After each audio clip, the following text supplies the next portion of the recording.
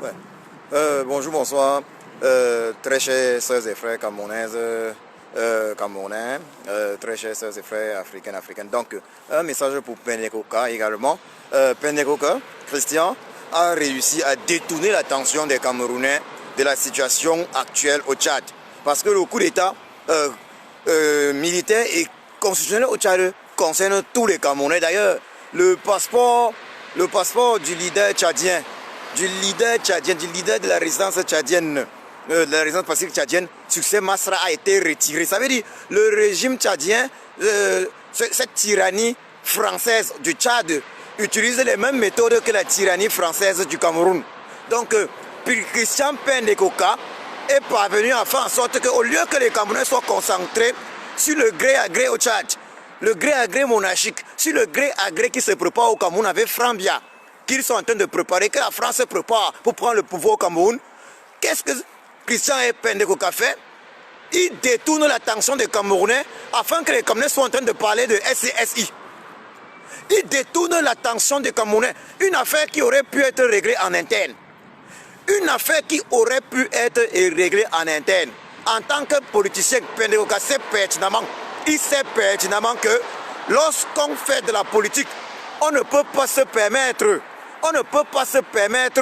d'exposer des problèmes internes d'une coalition ou d'une organisation politique qui peuvent plutôt bénéficier à l'adversaire ou à l'ennemi. On ne peut pas donner le bâton à l'ennemi pour nous frapper. Ça veut dire quoi? Je reviens sur ça. Même s'il y avait eu un détournement, cette histoire devait être réglée en public et les coupables devaient être punis. Ça veut dire quoi? Il devait y avoir un audit qui devait être fait. Et lorsque l'audit aurait été fait en interne, ce n'est que lorsque l'audit aurait été fait et qui aurait déterminé qu'il y a eu vol, à ce moment-là, la personne devait être punie et poursuivie en justice. C'est une histoire qui devait se faire en interne. Et ce n'est que lorsque cela devait s'avérer qu'il y a eu vol, que la personne maintenant devait être non seulement relevée de ses fonctions, mais poursuivie en justice. Mais il y avait là l'intention de détruire le MSC. Maintenant, les partisans d'Ekoka disent que non, Ecoca n'a pas parlé du président élu dans son direct d'hier. Que non, il a parlé d'Henri Djoko. Mais qu'est-ce qu'ils sont? Que ce n'est pas le président élu qui l'accuse. Mais ils accusent le président élu, son excellence Kamto Maurice alias Sage, de soutenir Henri Djoko parce que Henri Djoko est un Baham comme lui. Ils l'accusent donc de ne pas sanctionner. Pourquoi? Parce que ces gens-là, Pendekoka et tous ces gens-là veulent dire que le président élu, son excellence Kamto Maurice alias Sage, n'est pas différent du tyran Bia qui n'a jamais puni ses frères du village qui volaient. Ils vont même aller jusqu'à dire que le tyran Bia m'a envoyé ses frères du village en Kolnengi. Mais que son excellence Kamto Maurice alias Sage n'a pas pu punir Henri Djoko qui est pourtant innocent. Parce que on a là les audits de trois. On a les audits de trois films. Trois compagnies spécialisées dans les audits internationaux. Des États-Unis, de l'Hollande, de l'Inde. Et Koka lui dit qu'il ne croit pas en ça. C'est une histoire d'église. On est là, on est dans la religion. Si tu penses qu'il y a un problème, mais il fallait consulter de vrais cabinets d'audit. Tu avais consulté un cabinet qui n'avait pas pu sortir un résultat clair. Dans le but de discréditer Pendekoka, dans le but de discréditer le MSC. Arrêtez cette hypocrisie. Quand on est traître, on est traître. Arrêtez ça. Je l'ai dit aujourd'hui. Je le redis encore. Pendant qu'on devait parler de la situation au Tchad, qui est une situation qui nous concerne tous, Pendekoka, tu pousses les Camerounais, tu nous pousses à parler de SCSI. Alors qu'il y avait déjà eu les audits. Alors que le président lui a parlé. Et je l'ai dit ici à tous ceux qui doutent de la parole du président élu. Tous ceux qui ne croient pas en ce que le président élu a dit. Ça veut dire que le président élu a fait réaliser des audits. Il a payé de l'argent pour cela. Il a fait réaliser des audits. Les audits sont là sur la table. Le même résultat. Trois compagnies différentes. Le même résultat. Il y a eu un bug. Les audits sont là. Ceux qui n'y croient pas n'ont qu'à se chercher leur leader. Ils n'ont qu'à se chercher leur leader. Nous, on reste derrière le président élu, son excellence Kamto Maurice alias Sage. Le peuple reste derrière lui.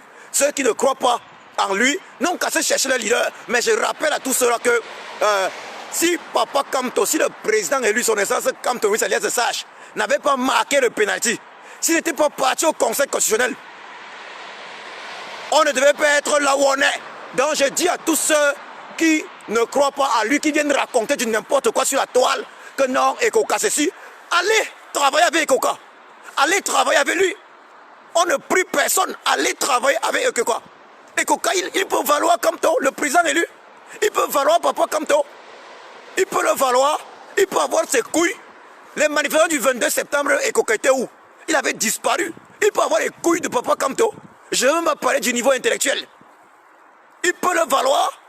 Non, il ne peut pas le valoir. Je le redis encore pour finir. Ekoka a réussi à détourner l'attention du peuple camerounais du véritable problème qu'il y a actuellement. La France a démontré, le président français Emmanuel Macron a démontré la semaine passée au Tchad que la France décide de qui est président en Afrique ou pas. En Afrique francophone. Elle a décidé, c'est elle qui fait et défait les monarchies en Afrique francophone. Vous voulez quoi de plus? On sait qu'il faut un combat, il faut que les leaders, je l'ai dit ici, les leaders de l'opposition des pays africains doivent s'unir. Et c'est à ce moment-là où Ekoka vient créer la division. Des choses qu'il aurait pu régler en interne. Ils viennent exposer cela. On lui a demandé maintenant, bon ok, le rapport, comment il a géré SCSI au Cameroun. On te dit comment tu as géré SCSI au Cameroun. Toi, tu dis que non, il y a eu le bug. Mais dis comment tu as géré SCSI au Cameroun. Le président élu qui t'a nommé te demande des comptes. Mais tu racontes que non, il ne t'a même pas nommé d'ailleurs. Il te demande des comptes pour faire son rapport moral comme il a dit. Il te demande des comptes. Mais non, là, toi, tu détournes l'attention des Camerounais. Est-ce qu'on devait t'en compter de parler de SCSI? La preuve que tu es un traître, Pendekoka, c'est que tu poses des actes qui profitent au régime de Yaoundé. Tu poses des actes qui profitent à la tyrannie française de Yaoundé, dont le préfet, ou plutôt le sous-préfet, est le tyran Biabi Vondopol Barthélemy. À qui profitent tes actes?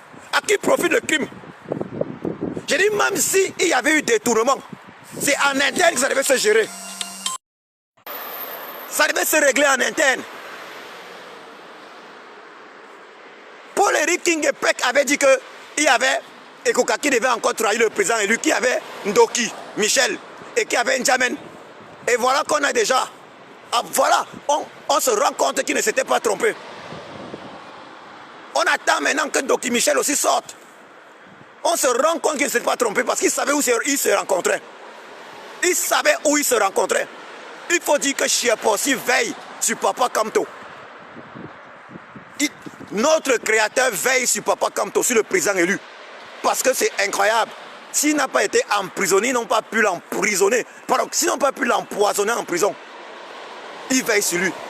Les Ekoka pensaient que les contacts d'Ekoka du régime de Yaoundé lui avaient fait comprendre que très probablement que le tyran, ça c'est clair, que le tyran devait garder le président élu en prison définitivement.